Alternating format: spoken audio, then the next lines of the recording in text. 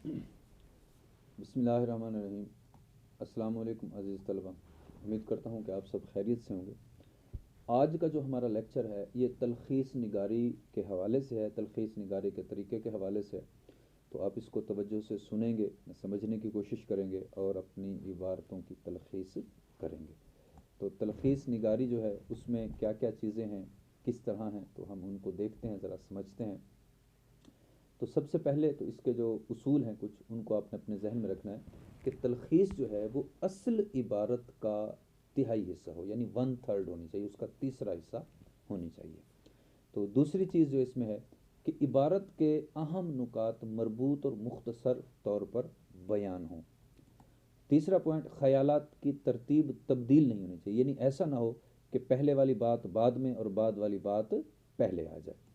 इसी तरह गैर ज़रूरी तफसीलात और तोज़ीहात को छोड़ देना चाहिए, यानी एक बात है वो बार बार आ रही है, उसमें बार बार तफसील आ रही है, तो उसको छोड़ दें, उसको इग्नोर कर दें। इसी तरह तलख़ीस में कवायद और ज़ुबान की गलतियाँ नहीं होनी चाहिए, यानी कि ग्रामर की कोई गलती ना हो और ज़ुबानदानी की भी कोई गलती नहीं होनी चाहिए। और छठा पॉइंट है कि तलख़ीस शुदा इबारत का मुनासिब और मौजू उन्वान ये भी हमने तजवीज़ करना होता है। तो ये हमारे कुछ पॉइंट्स हैं जिनको हमने पढ़ा है। अब हम इसके आगे समझते हैं कि इसका तरीका क्या है। तो कायदा नंबर 1, यानी जो पहला पहला रूल है इसका, वो ये है कि इबारत को कम अज़ कम 3 मरतबा पढ़ा जाए। 3 मरतबा हमने उस इबारत को पढ़ना है और इस तरह पढ़ना है कि इबारत का मफ़हूम हमें समझ में आ जाए, उसका मज़मून, उसका थीम समझ में आ जाए कि उसमें बात क्या की गई है और उसके जो मतलब हैं वो हमारे जहन में वाज़े हो जाएं कि इस इबारत का मफ़हूम ये है, इस इबारत में ये बात बयान की गई है। क्योंकि होता यही है कि बसा औक़ात इजाफ़ी जुमले होते हैं, इजाफ़ी बातें होती हैं, वो कुछ समझ में नहीं आ रही होती, या वो एक ही जुमले की बार बार वजाहत हो रही होती है, तो इसलिए उन चीज़ों को हम ख़त्म कर देते हैं, निकाल देते हैं और उसके बगैर ही हम इबारत को दुरुस्त करते हैं। तो अब इसमें थोड़ी सी वजाहत है कि पहली दफ़ा, यानी पहली मरतबा जब हम पढ़ रहे हैं इबारत को, तो वो मफहूम समझने के लिए होना चाहिए, यानी हम मफहूम को समझ रहे हैं। दूसरी और तीसरी मरतबा इस नुक्ता नज़र से इबारत के इबारत में ज़ायद अल्फाज कौन से, यानी इजाफी अल्फाज कौन से और जिनको हमने निकालना है, और इन्हीं ज़ायद अल्फाज को इबारत से, असल इबारत से निकालना, खारिज करना, यही तलख़ीस निगारी कहलाती है। मसलन अब ज़रा गौर करें इस पर, ये एक जुमला है, इसको पढ़ें कि बादशाह में शुजात व दलेरी, फ़ियाज़ी व सखावत और तकवा व खुदा तरसी जैसी बेपनाह खूबियाँ थीं। अब इसको मुख्तसर करते हैं कि बादशाह में शुजात, फ़ियाज़ी और तकवा बहुत था। अब आप ज़रा गौर करें कि ऊपर कितने अल्फाज हैं और नीचे कितने अल्फाज हैं। तो ये मतलब एक एग्जाम्पल के तौर पर आपको समझाया गया। तो इस तरह की और भी कई चीज़ें हैं, और भी इबारतें हैं जिनको हम इसी तरह हल करेंगे। तो मज़ीद आगे चलते हैं कायदा नंबर 2 की तरफ। जी, इबारत के अल्फाज गिनना और उनको 3 पर तकसीम करना। मतलब जो इबारत हमें दी गई है, हमने उसको सबसे पहले पढ़ लेना है, पढ़ना समझ लिया है, अब उसके हमने अल्फाज गिनने हैं। तो अल्फाज गिनने के बाद हमने उसको 3 पर डिवाइड कर देना है, 3 पर तकसीम करना है। तो जो अल्फाज आएंगे, अब देखें आगे इसको मतलब थोड़ा सा ये बताया गया कि फ़र्ज़ करें कि इबारत के कुल अल्फाज 150 हैं, 150 अल्फाज हैं। तो अब क्या होगा कि ये हमारे पास तरीका है कि 150 को हम 3 पर डिवाइड करते हैं तो हमारे पास 50 आंसर आता है। तो अब जो हमारी तलख़ीस शुदा इबारत होगी, उसके जो अल्फाज होंगे वो तकरीबन 50 होने चाहिए।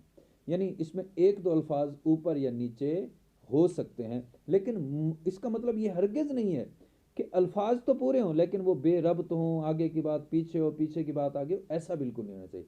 तरतीब से हों, रब्त में हों, तसलसल में हों और बयान पूरे का पूरा उसमें हो, यानी जो इबारत का मफहूम है वो पूरे का पूरा उसमें बयान हो जाए।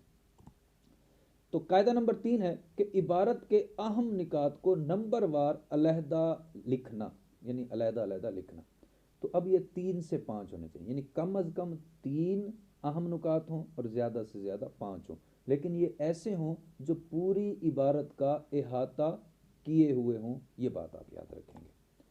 कायदा नंबर 4 कि अहम निकात मरबूत अंदाज में इबारत की शक्ल में लिख लिया जाए। अब जो अहम निकात हैं हमारे पास, जो हमने इबारत से निकाले हैं, अब उन्हीं अहम निकात को इकट्ठा करके हम एक इबारत बना देंगे। हम मरबूत इबारत की हेडिंग देकर एक इबारत उससे बनाएंगे।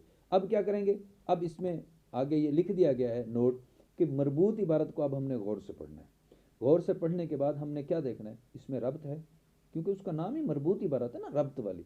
फिर मफहूम वाज़े हो रहा है, यानी असल इबारत का जो मफहूम है क्या वो वाज़े हो रहा है या नहीं हो रहा। अगर वो वाज़े नहीं हो रहा, इबारत में रब्त ही नहीं है, तो फिर उस इबारत का हमें फ़ायदा नहीं है। जब हम ये कर लेंगे तो अब हम उसके अल्फाज गिनेंगे, यानी इसके जो अल्फाज हैं क्या वो ऊपर जो दिए गए हैं उन अल्फाज से थोड़ा बहुत मेल खाते हैं, यानी 47 हैं, 40 हैं, 50 हैं, 60 हैं, कितने हैं। तो अब हम उनको चेक करेंगे। तो क्योंकि ये मरबूत इबारत ही होती है जिससे हमने तलखीस शुदा इबारत बनानी है। अब अगर ये बिल्कुल ठीक है, बिल्कुल एक्यूरेट है, तो इसी को दोबारा लिख दें तलखीस शुदा इबारत की हेडिंग देके। लेकिन अगर इसमें कोई कमी बेशी है तो फिर आप क्या करेंगे, आप इबारत उन्वान तो वही देंगे तलखीस शुदा इबारत का, लेकिन इसमें जो कमी कोताही है उसको दूर करने की कोशिश करेंगे।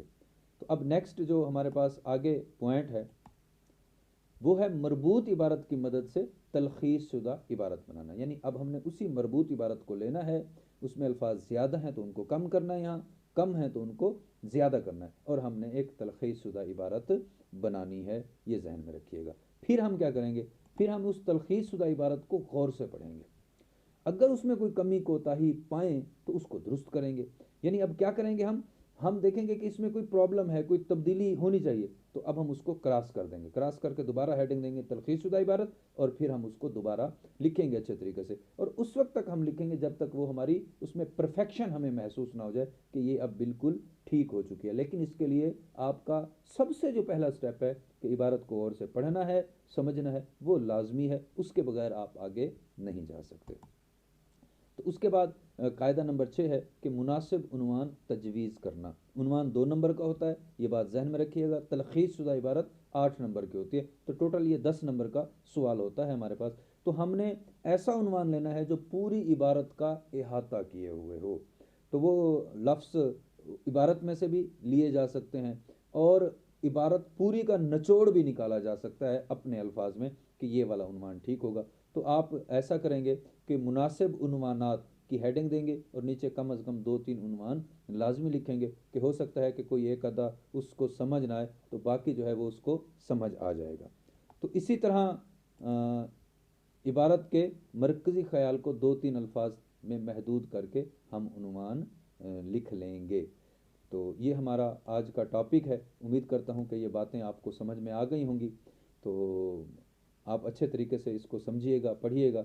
इंशाल्लाह नेक्स्ट लेक्चर में आप लोगों से मुलाकात होगी। तो अस्सलाम वालेकुम वरहमतुल्लाहि वबरकातुहू।